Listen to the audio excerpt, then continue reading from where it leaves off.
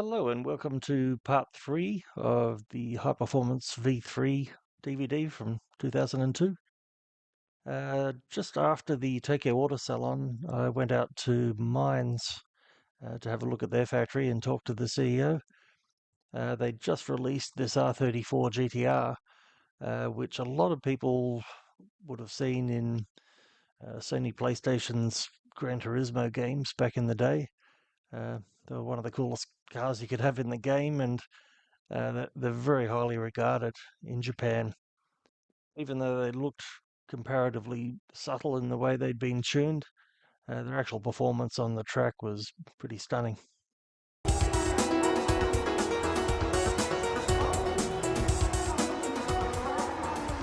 One of the most famous tuning shops in Japan is Mines. Rather than just tuning for customers, they also sell complete modified cars, like their well-renowned Skyline GTRs. Each new model has proven faster than the last. At Tsukuba, the times have fallen from 59 to 58 to 57 seconds. We spoke. You can see the times at the top there. Down the bottom, there's quarter mile times. You can see the R32 is 10.9, 33 is 10.8. From memory, I think the 34 actually did a 10.6, but again, that really wasn't the focus of the car. They were more interested in the lap times they could achieve. And back then, doing a 57 around Tsukuba was very impressive, especially as the car wasn't really heavily stripped out. It was something you could still drive on the street. To the company president about the direction of the company. うちはですね、1985年に初めてMZ20 というソアラと、スカイラインの GTS とかその辺ですね、その辺が一番最初で、まあもうその前から名前は売れてたんですけど、32あたりの、R32GTR のコンピューターあたりで、結構有名になりました。最高速とか0-400mとかだと、要するにストリートの要するに良さっていうのがなかなかわからないと思うんですよ、一つのことだと。でやっぱりトータルバランスっていうのを考えてサーキットがやっぱり一番だなというふうに思ってやってきてますね。So as you can see, the outside of the car is still pretty subtle. It's actually got the original bumpers and side skirts. It really is a car that you could use every day if you wanted to.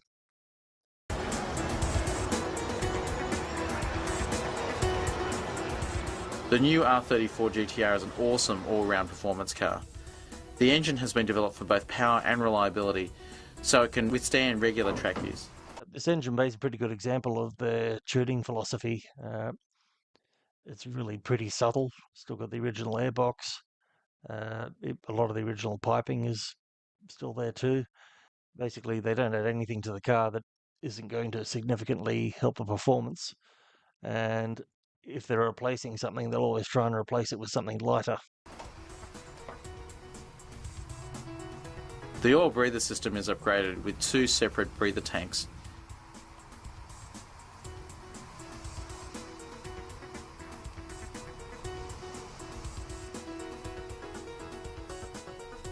There's a breather for the gearbox too, with a triple row aluminium radiator and large oil cooler.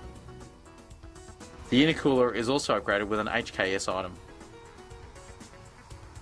Some of the parts you didn't see include Mines tuned computer, high volume fuel pump, modified airflow meter and bigger injectors. The turbos are HKS GT 2530s, which support 600 horsepower but still provide similar response to the standard items. The Mines exhaust uses a custom-made catalytic converter with handmade titanium piping and a titanium muffler. They used the 2530 turbos in basically all of the GTRs that they built.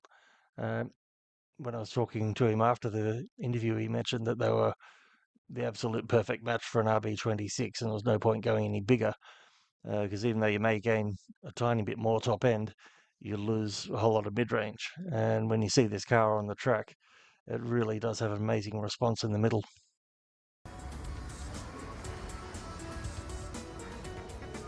The clutch is a twin plate with a Mines flywheel and lightweight carbon fibre tail shaft.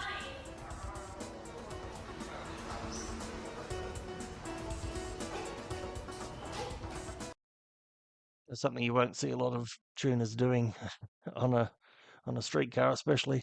But in JGTC racing, for example, they usually do run a carbon fibre prop shaft or tail shaft, just to reduce the rotating mass of the whole drivetrain, and obviously it cuts down on the weight of the car itself.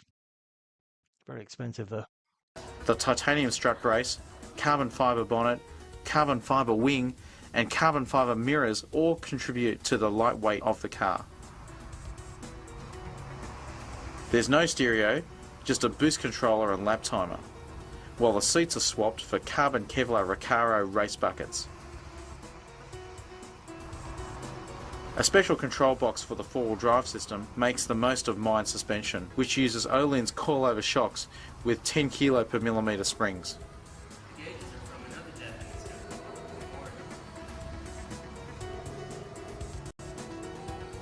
The BBS 18-inch forged rims are also specifically made for Mines, along with the 6-piston AP brake upgrade.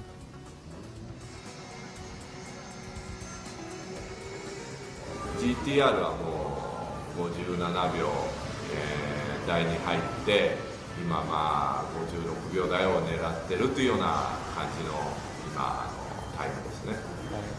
よく筑波でテストをしますね。テストはもうしょっちゅうしてます。なぜ筑波サーキットかって言われるとやっぱり一番そんなに最高速だけの要するにサーキットではないしパワーだけではないしやはり曲がる止まる、走るの要するに基本的なその要素が一番感じられるサーキットだからなんですよ。Highly recommend searching up on YouTube to see some of the time attack laps at Tsukuba back then. The Mines R34 in particular was really impressive around that circuit. The new Mines Evo 7 is still under development, but already has some impressive features, like the 80mm exhaust system and the Ester coilover suspension. I think that one was in Gran Turismo too. The engine retains the standard turbo, but runs a Mines VX ROM computer. It still makes enough power to lap Tsukuba in 1 minute 2 seconds. Back then it was a very popular thing to just buy a tuned ECU off the shelf and put it into your car, rather than having a car individually dyno tuned. Apart from saving time and money, it was also an invisible upgrade. Like the GTR, it uses carbon mirrors and Recaro racing buckets.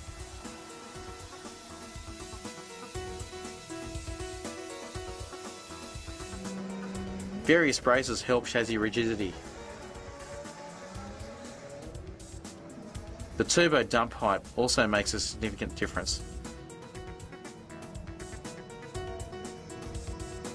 I remember being told back then that just changing that first dump pipe section on an Evo did make quite a big difference. The Brembo brakes are given Mines brake pads. There were some customer cars at the workshop too, like this R33 GTR, Subaru Legacy GTB, and an R34 GTR getting the full Mines treatment.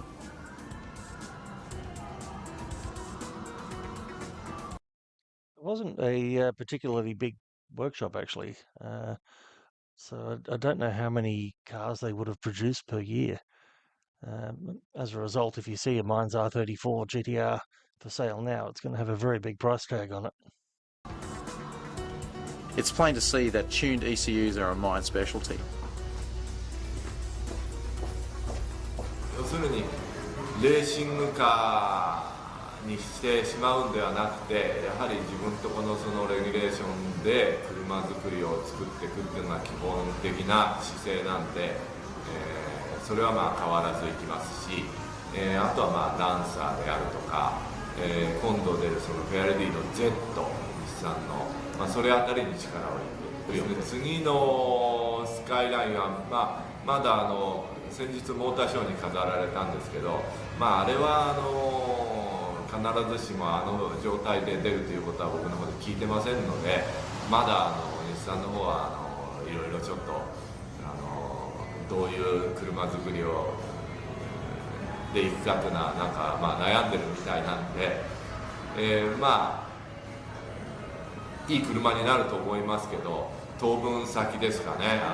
まだ、1年以上あるという話を僕は聞いてますし、来年の例えば夏とかそのぐらいになるんじゃないでしょうかね。As it turned out, they had to wait several years for the R35 GTR to actually get released. Anyway, that's the end of that interview. Thanks for watching, and I'll have part 4 coming along very soon. Cheers.